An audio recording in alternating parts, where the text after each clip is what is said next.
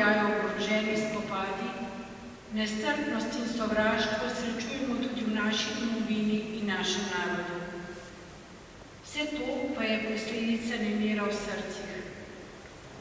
Tiho in duhovno pripravo na Jezusovo rojstvo je preglasil hrup decembrskih zabav, svoj sveč na advent na vencu je zakril umeten blišč lučk na božičnih drevesih, ki so po naših mestih postavljene že v novembru.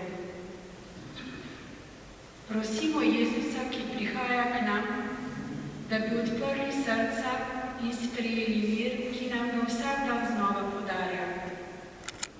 Le z njegovim mirom v srcu bomo resničen mir lahko posredovali tudi drugim.